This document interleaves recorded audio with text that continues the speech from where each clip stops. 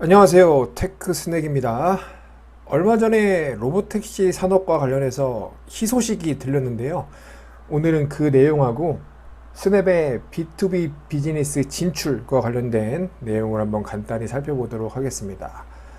먼저 로보택시 관련 내용인데요. 웨이모와 크루즈가 캘리포니아에서 의미 있는 허가권을 획득했습니다. 이 허가권을 기점으로 로보택시 비즈니스가 본격적으로 확장할 것인지 그 터닝 포인트가 될 수 있을 것인지 조금 주목되기는 하거든요. 내용을 한번 보면은 캘리포니아 공공사업위원회, 이거 줄여서 CPCU라고 하던데, 이 CPCU가 웨이모와 크루즈에게 OK 사인을 보내줬어요. 그 내용은 뭐냐면 로보택시 서비스를 운영하는 데 있어서 제한 조건 없애주겠다는 거예요. 그 제한 조건은 구체적으로 하루 종일 24시간 일주일 내내 너네 원하는 대로 하고 싶은 만큼 로보택시를 운행해라라는 그런 OK 사인을 보내준 거거든요. 이게 굉장히 의미 있는 변화 중 하나라고 할 수 있겠습니다. 사실 두 회사는 이미 캘리포니아, 주로 샌프란시스코 지역에서 로보택시 서비스를 운영해 왔습니다. 그러나 두 회사 모두 제한된 조건에서 그 로보택시를 운영을 해왔거든요. 먼저 크루즈를 보면, 크루즈는 그 사람이 탑승하지 않은, 그러니까 완전 무인 로보택시를 운영하긴 했지만 밤에만 운영할 수 있었고 정해진 특정 구역 내에서만 로보택시 서비스를 운행할 수 있었습니다. 반면에 웨이모는요, 낮에도 가능했어요, 운행을. 그러니까 사람 많은, 그러니까 다른 자동차들도 많은 낮에도 로보택시를 운행할 수 있었는데, 대신 웨이모는 완전 무인이 아니었습니다. 안전 목적으로 세이프티 드라이버라는 사람이 탑승한 그런 로보택시를 운행을 했었어요. 그러니까 크루즈는 진정한 의미의 로보택시 서비스를 운행했긴 했지만 차가 덜 다니는 밤에만, 그리고 그것도 정해진 구역 내에서만 운행을 했었어야 됐던 거고, 웨이모는 낮에도 가능했지만 사실상 사람이 타 있었기에 진정한 의미의 로보택시 서비스였다라고 말하기에는 조금 무리가 있었던 상황이었던 거죠.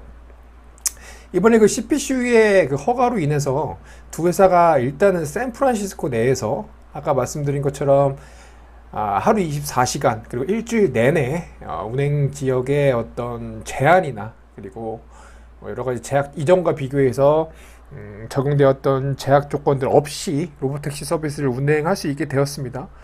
거기다 더해서 운행 가능한 로보택시 대수도 이제 마음대로 제한 없이 배포를 할 수 있게 되었거든요. 이전에는 특정 대수 이상 로보택시 서비스를 그 도로에 풀어서 운행할 수가 없었어요. 이게 안전 목적이 가장 컸겠죠. 여러분 보셨는지 모르겠지만 옛날에 크루즈의 그 로보택시가 신호등 3차선인가 4차선을 이렇게 막아서 서가지고 자동차들이 못 다니게 한 적이 있습니다. 이게 차량 통행 등이 들어왔는데도 불구하고 얘네가 안 움직여가지고 뒤에 차들이 굉장히 불편함을 겪었던. 그래서 결국 사람들이 신고를 했나 해서 얘네 이 차들을 다 뭐라고 합니까? 견인해 갔어요. 견인해. 그만큼 안전 목적이나 어떤 실제적인 운행의 효용성과 관련된 이슈가 없었던 건 아닙니다, 사실.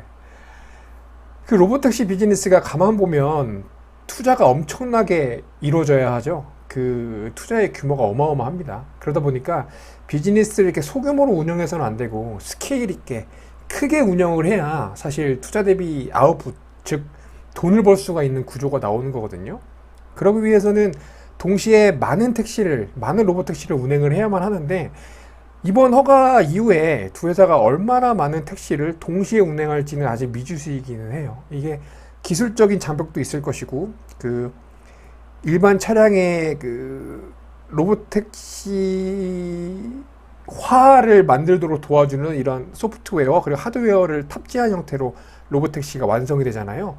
이런 툴들을 운영하는데 비용도 있을 거고, 그리고 이와 관련된 인력을 운영하는 비용도 있을 거니까, 이게 그 CPCU가, 즉 그 캘리포니아 주에서 주차원으로 판을 깔아줬다라고 해서 이 두 명의 플레이어들이 완전히 뛰어놀기에는, 글쎄요, 이게 현실적인 측면, 즉 비용과 어떤 운영 환경을 고려했을 때 바로 가능할지는 사실 모르겠습니다. 조금 지켜봐야 할 것 같아요. 네, 다음으로는 이제 B2B 비즈니스에 뛰어드는 스냅과 관련된 내용입니다. 이번에 스냅이 기업 고객들을 타겟으로 하는 어떤 사업을 시작한다라고 하거든요. ARES라는 사업부를 오픈했는데 이 뜻이 AR 엔터프라이즈 서비스예요. 그러니까 다시 말해서 기업 고객을 한번 두드려 보겠다라는 의미인 건데요. 이 ARES가 하고자 하는 어떤 기업형 서비스가 뭔가 보니까 얘네의 핵심은 기업 고객들에게 AR 활용에 필요한 다양한 툴을 제공한다는 것이 얘네들의 핵심 목표입니다. 지금 그 스냅챗은 B2C 일반 유저들이 많이 쓰잖아요. 특히 국내에서는 덜 쓰지만 글로벌하게 특히 미국 중심으로 그 어린 사용자분들이 엄청나게 많이 쓰고 있는데 그 중에서도 AR과 관련된 툴 그리고 기능들을 굉장히 많이 쓰고 있습니다. 일반 유저들이 특히나 스냅에는 AR 필터와 AR 렌즈 기능이 있거든요. 간단히 말해서 뭐 카메라에 내 얼굴을 갖다 댔을 때 뭐 이렇게 뭐 데코레이션이 된다든지 아니면 AR 렌즈 기능으로 바깥의 세상을 그 필터링해서 보게 되면 뭐라고 해야 될까요? 가상세계에 온 거와 같은 그런 환경을 구현시켜 준다든지 이런 AR 관련된 기능이 이미 스냅챗에서는 일반 유저들이 굉장히 많이 쓰고 있습니다. 그 규모가 매일매일 약 2억 5천만 명이 사용한다고 하니까 그 인기가 정말 엄청난 것 같기는 해요. 이게 사람들이 많이 사용한다는 뜻은 뭐냐면요. 결국 그 기능이 계속 향상되고 발전된다는 것을 의미하거든요. 뭐 사람들이 사용하면 사용할수록 뭐 버그들도 발견될 것이고 그리고 사용자들의 요청에 따라서 수정하고 보완하다 보면 당연히 기능이 향상될 거고 그리고 이런 AR 같은 기능들은 사실 그 학습이라는 어떤 영역에 노출이 되어 있기 때문에 사람들이 쓰면 쓸수록 그 기능이 자가적으로 학습하는 그런 능력도 가지고 있다고 할 수 있거든요. 그래서 현재 스냅 내 AR 관련 기술은 그 기술 자체 원천적인 기능뿐만이 아니라 수많은 사용자들에 의해서 갈고 닦아지고 있다. 이렇게 이해를 하면 될 것 같습니다.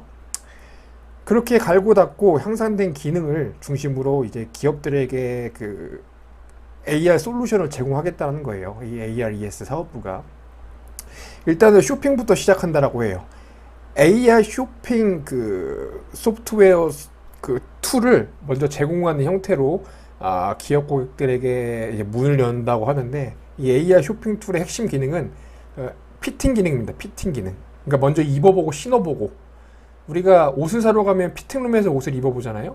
신발 사러 가더라도 신발을 신어보고 이런 행위들을 AR 기반으로 내 스마트폰을 가지고 할 수 있게끔 지원하는 게 일단 이 스냅의 ARES 사업부가 시작하는 AR B2B 툴 서비스인 거죠. 그 시작점이 되는 것이죠.